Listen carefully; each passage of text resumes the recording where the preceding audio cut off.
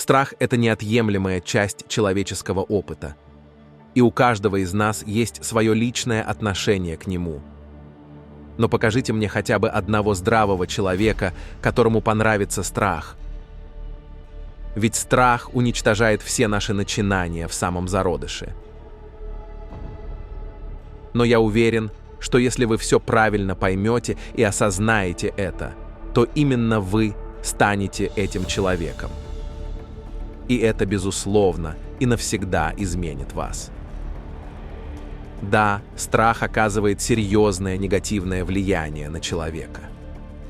Страх парализует нас, мешая принимать решения и предпринимать действия. Он сковывает нашу способность к развитию и личностному росту.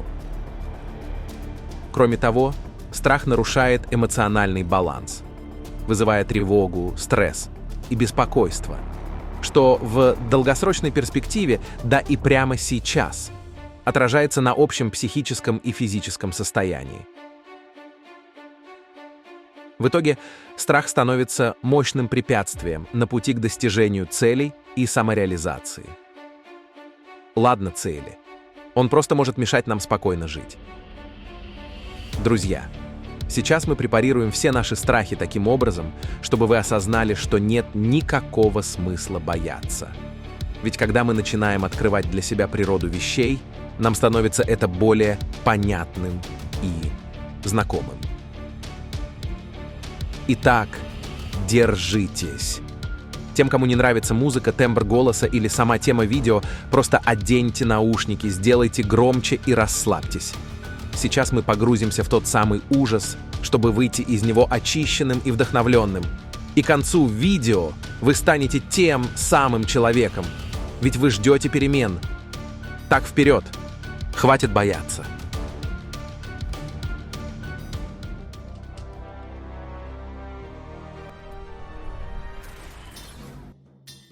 На протяжении тысячелетий умение распознавать опасность повышало наши шансы на выживание. Если мы оказывались в опасной ситуации, мы либо защищали себя, либо убегали. Это известно как реакция «борьба» или «бегство», или «бей-беги», которая сохранилась и в наши дни. Современный мир привнес в нашу жизнь новые источники страха. Мы по-прежнему боимся болезней, насилия, смерти, и это оправданно. Но теперь мы также боимся покинутости или одиночества, неудач, смущения и даже перемен. Хотя мы знаем, что от смущения не умирают, но наша память — это мощная вещь. И негативные воспоминания прошлого влияют на то, как мы реагируем на повседневные ситуации. Страх является одной из базовых эмоций, которые развились у человека в процессе эволюции. Он помогает выживать, реагируя на опасные ситуации и мобилизуя организм для противодействия или избегания угрозы.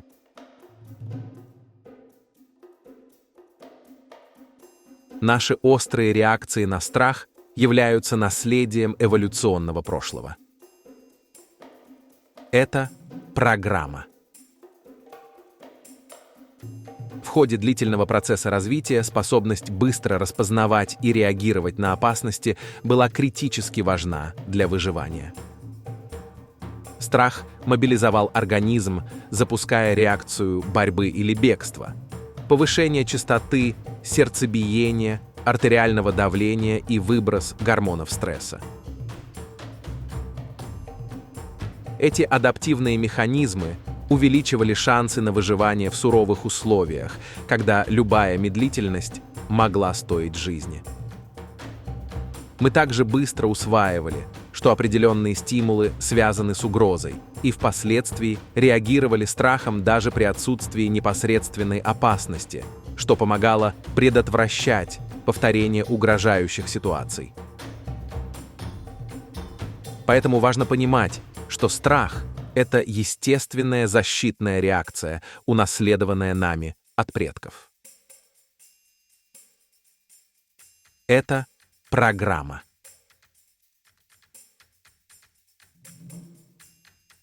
Согласно данным нейробиологических исследований, восприятие и реакции на страх тесно связаны с работой миндалевидного тела, части лимбической системы мозга.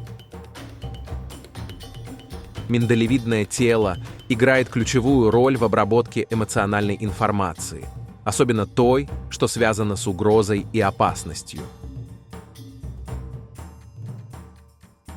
При столкновении с потенциальной угрозой миндалевидное тело быстро активируется, инициируя цепь физиологических реакций, характерных для страха: учащение сердцебиения, повышение артериального давления, выброс гормонов стресса.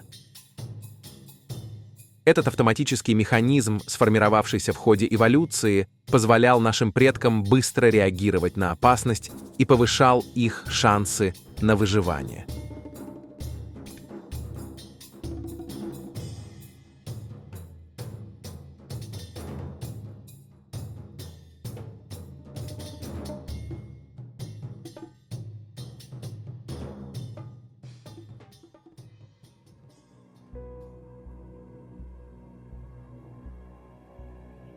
Страх запускает реакцию борьба или бегство в нашей нервной системе. Активируется симпатическая нервная система и гипоталамо-гипофизарно-надпочечниковая ось, что приводит к повышению уровня гормонов стресса, учащению сердцебиения, повышению артериального давления и другим физиологическим изменениям. Когда мы испытываем страх, наша нервная система запускает специальную реакцию, называемую борьба или бегство. Это программа. Как это происходит? Когда мы сталкиваемся с чем-то пугающим, в нашем мозге активируются две важные системы – симпатическая нервная система и гипоталамо-гипофизарно-надпочечниковая ось.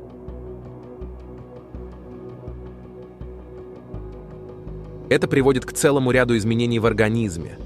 Уровень гормонов стресса, таких как адреналин и кортизол, резко повышается. Сердце начинает биться чаще, а артериальное давление возрастает. Все это готовит наше тело к активным действиям, чтобы мы смогли или дать отпор опасности, или быстро убежать от нее.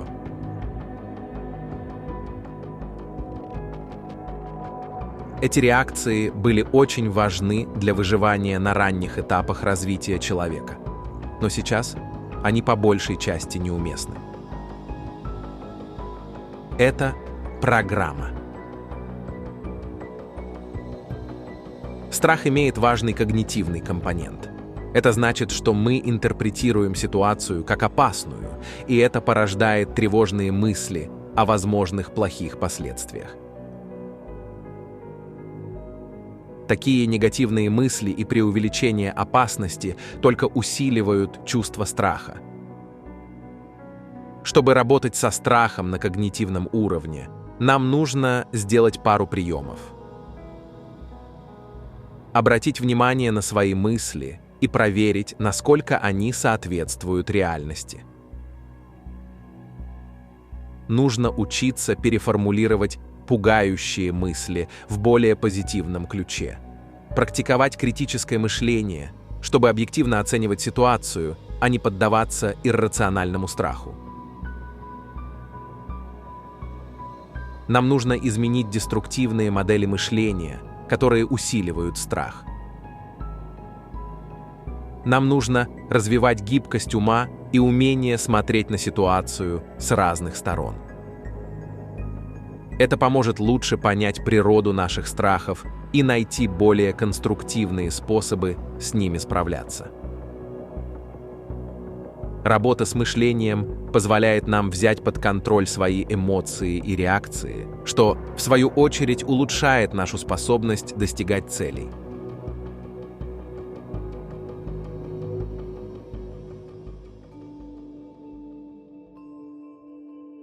Вот простое упражнение, которое может помочь, когда вас одолевает страх.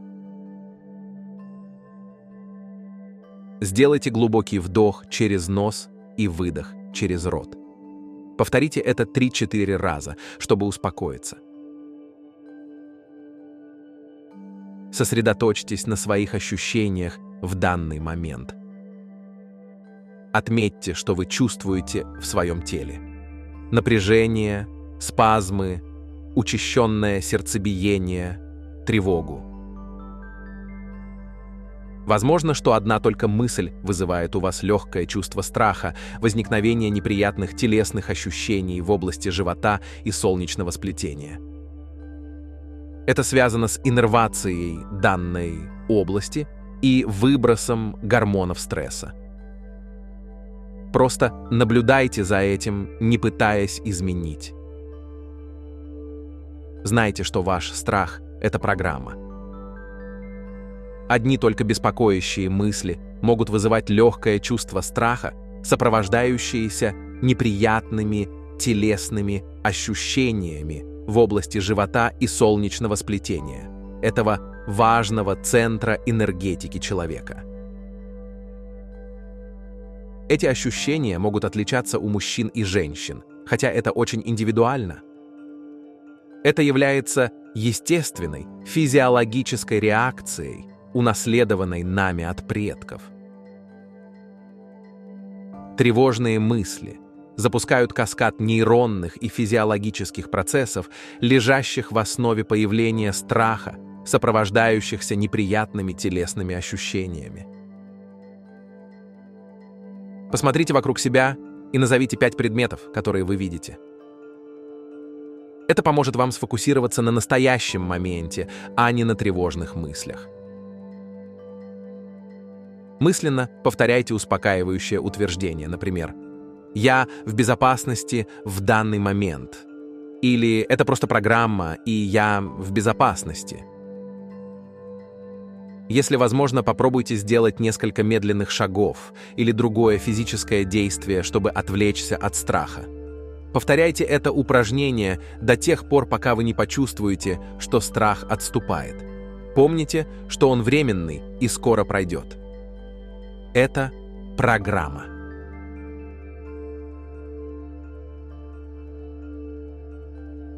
В состоянии страха, тревоги и особенно затяжной тревоги могут блокироваться различные энергетические центры, чакры. Базовая чакра, Муладхара, расположенная в области копчика и отвечающая за ощущение безопасности, стабильности, связь с Землей, может блокироваться, вызывая чувство небезопасности, неуверенности, страха выживания. Сакральная чакра, Свадхистана, расположенная в области половых органов и отвечающая за эмоции, чувственность, творчество, также может блокироваться, приводя к подавлению эмоций, сложностям в эмоциональной сфере, проблемам с сексуальностью. Солнечное сплетение Манипура, расположенное в области живота и отвечающее за личную силу, уверенность в себе, самооценку, может быть заблокировано, способствуя развитию тревожности, неуверенности, страха перед жизненными вызовами. Сердечная чакра Анахата, расположенная в области груди и отвечающая за любовь, сострадание, эмпатию, может быть заблокирована, вызывая чувство одиночества, отчуждения, трудности в выражении чувств. Проработка и сбалансирование энергии этих чакр через различные практики, например, медитации, дыхательные упражнения, может помочь в снятии или предотвращении блокировки и восстановлении гармоничного энергетического состояния.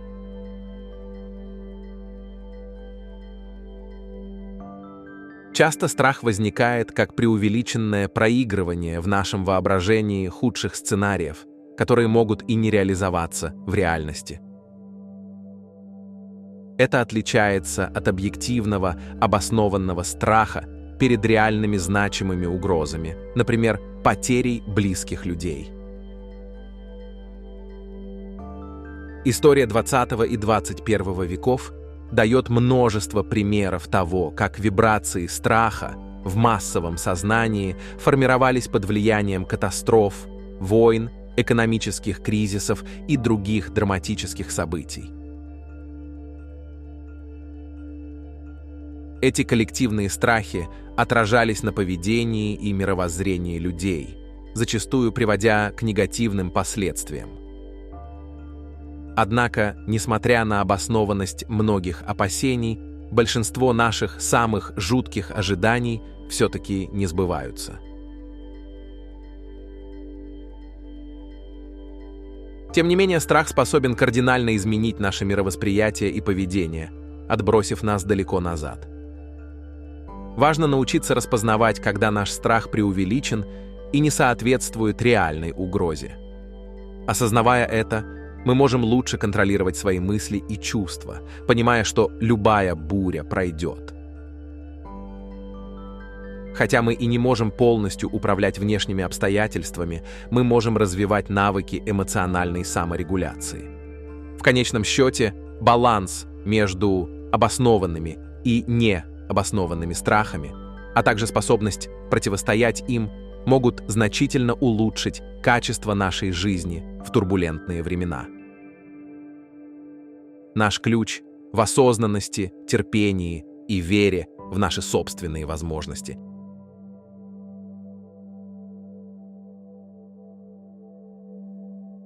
Вот 3 ключевых шага для преодоления страха. Первым важным шагом является признание и принятие своего страха. Не пытайтесь подавить или игнорировать его. Осознайте, что страх – это нормальная человеческая эмоция, с которой каждый из нас сталкивается. Примите его наличие, это позволит вам двигаться дальше. Следующий шаг – детальное изучение и анализ своего страха. Разберитесь, что именно вас пугает и почему. Оцените, насколько реальны ваши опасения.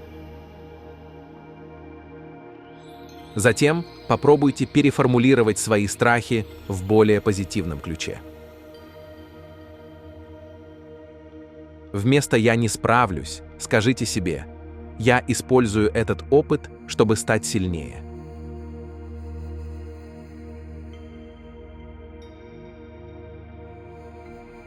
Действие через страх.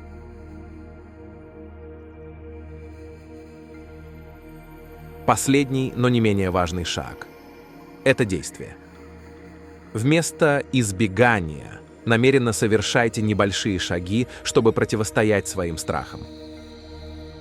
Каждая такая победа над собой будет укреплять вашу веру в свои силы и разрушать старые ограничивающие установки. Последовательно работая над этими 3 аспектами – осознанием, переосмыслением и действием, вы сможете трансформировать свой страх в источник роста и развития. Страх перестанет быть оковами, вместо этого вдохновляя вас на новые свершения. Вместо того, чтобы видеть в нем только угрозу, мы можем начать рассматривать его как источник энергии и возможности для роста. Высвободив энергию страха, мы можем направить ее на достижение наших целей. Страх может мобилизовать нас, дать решимость действовать, сделать нас смелее и проявить наш внутренний потенциал.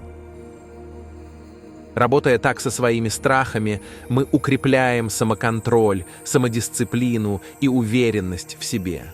Это создает фундамент для роста, помогает преодолевать трудности и вдохновляет нас на позитивные изменения.